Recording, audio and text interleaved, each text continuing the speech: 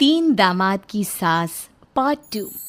अब तक आपने सुना कि कावेरी जी अपनी तीनों बेटियों ईशा, मोहिनी और सुहाना की शादी तीन घर जमाई लड़कों के साथ करवा देती है।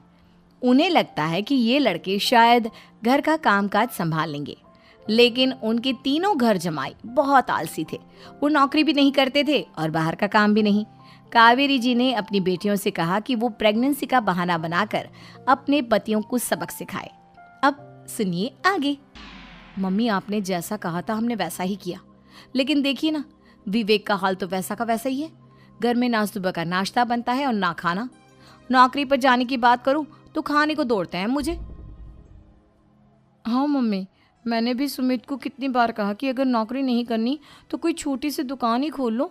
घर का खर्चा कैसे चलेगा? देखो दोपहर के 12 बजने आए और जनाब अभी तक सो रहे हैं। हाँ मम्मी, ईशा और सुहाना ठीक कहती हैं। अविनाश का भी यही हाल है। जब मैंने अपनी प्रेगनेंसी के बारे में कहा तो मुझसे कहने लगा, अरे दूसरी लड़कियां तो 9-9 महीने तक नौकरी करती है, बस डिलीवरी के टाइम छुट्टी लेती है। मोहिनी, तुम भी नौकरी करो। अब मुझे कहाँ नौकरी मिलेगी? मम्मी बताओ, अब मैं क्या करूँ? हे भगवान, क्या सोचकर घर जमाई दामाद लाई थी मैं कि मेरी बेटियां मेरे पास रहेंगी और खुश रहेंगी, लेकिन इन आलसी दामादों ने तो हमारी जिंदगी को भी प्रॉब्लम में डाल दिया है। मैं तो कहती हूँ मम्मी, हम लोग वापस अपनी जॉब पर जाना शुरू कर देते हैं। बता देते हैं इन लोगों को कि हमने प्रेगनेंसी का बहाना किया है। नहीं नहीं बेटा, ऐसी गलती भी मत करना। अगर तुमने ऐसा किया तो इन तीनों की आदत और ख़राब हो जाएगी। अरे आज नहीं तो कल कभी तो तुम प्रेग्नेंट होगी, तब वापस यही प्रॉब्लम आएगी। तब क्या करोगी तुम तीनों? हाँ मम्मी, आपकी बात तो बिल्कुल सही है। इन लोगों को तो सुधारना ही पड़ेगा। लेकिन कैसे? अपने बच्चों के आने की खबर सुनकर भी इन लोगों पर कोई असर नहीं हो रहा। पैसे कमाने के लिए घर से बाहर निकलना ही नहीं चाहते ये तीनों। अब मेरे दिमाग में एक प्लान आया है।